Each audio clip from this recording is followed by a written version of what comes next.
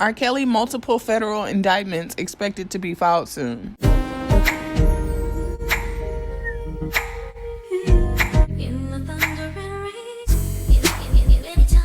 I'm talking about dark room.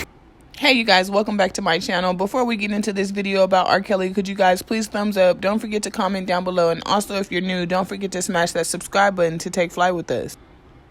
The ongoing federal investigation into R. Kelly is close to wrapping up, and there's a very good chance the singer will be battling dual indictments in both New York and Illinois. Sources familiar with the investigation tell The Blast officials have been interviewing witnesses, and testimony will be presented in front of the grand juries in both the Southern District of New York and the Northern District of Illinois. One source directly involved with the investigation tells us they expect everything to be wrapped up within the next few weeks and anticipate 2 indictments to be filed. We're told the charges will mainly deal with sex trafficking and tax evasion. As we reported, officials have been specifically interested in how R. Kelly and his associates allegedly bought plane tickets for underage girls and moved them around the country while he was performing.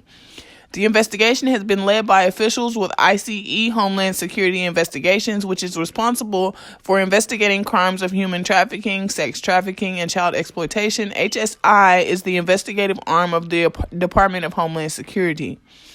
Back in March, multiple interviews were conducted in Georgia after investigators traveled from New York to meet with victims and witnesses. One of those interviews included R. Kelly's ex-stylist, and another involved a brand new accuser who claims she was victim of sexual abuse while she also witnessing sexual abuse of other women. We're told a key group of those witnesses were from the family of girlfriend Joycelyn Savage, who met with the team of investigators and provided information and physical evidence, including plane tickets, text messages, and photos. We are told the evidence delivered by the Savage family heavily contributed to the federal case built against R. Kelly. What do you guys think about that? Do you think that with all of these indictments being filed that they're actually going to make some convictions? I mean, because you can be charged with something but not be, convicted of it. But I still think that this is messed up. So y'all remember when R. Kelly did the Gayle King interview, and he was explaining to Gayle King how he even came in contact with Joycelyn and Azriel, but he mixed up the stories, you guys. He told Gayle that Timothy Savage basically bought Joycelyn to him and gave her to him, when R. Kelly never even met Timothy Savage. On the cool, R. Kelly met John Jalen first, and John Jalen asked Joycelyn to sing for R. Kelly, but it was not via one of his concerts. They were actually in the J. Savage Collection clothing store, which the Savages own, and that is where R. Kelly met Joycelyn and John Jalen and J. Savage. Timothy Savage was not present at that time. As far as Azriel had just herself got released from the suicide ward, and her parents had already bought tickets for this R. Kelly event. It really wasn't even an R. Kelly event. It was really like a function with a whole bunch of different artists, and R. Kelly happened to be there performing.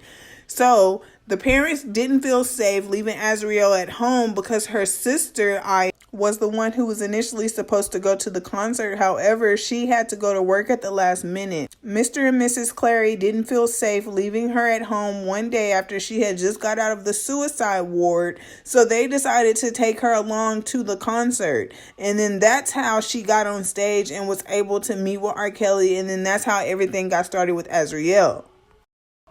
R. Kelly claims his girlfriend's parents first introduced the singer to their daughter and supported a relationship, but one of the girl's parents said it couldn't be further from the truth. Timothy and John Jalen Savage, the parents of Joycelyn Savage, sat down with Gayle King in response to R. Kelly's interview that aired earlier this week. In this interview, R. Kelly claimed Timothy Savage brought his daughter to the first meeting with the singer and persuaded her to get on stage. Timothy Savage straight up says never had that ever happened, adding, "I did not bring her to the show." The Savage parents are also adamant they never asked for any money from R. Kelly, and they believe their relationship can be repaired with Joycelyn, but they want R. Kelly to rot in jail. And as we reported, the Savages were able to speak with Joycelyn on the phone. However, they believe this girl was reading from a script and still is under the watch of R. Kelly. And this article I'm reading to you guys here is really old. It's about a month or two, maybe 3 months old, but it really kind of coincided to what I was trying to tell you guys. And so that's why I had put it in this video. But that's really all I have for you guys. Can you leave your thoughts and opinions down below? Let me know if you guys is ready for R. Kelly to go to jail. Anytime. Bye.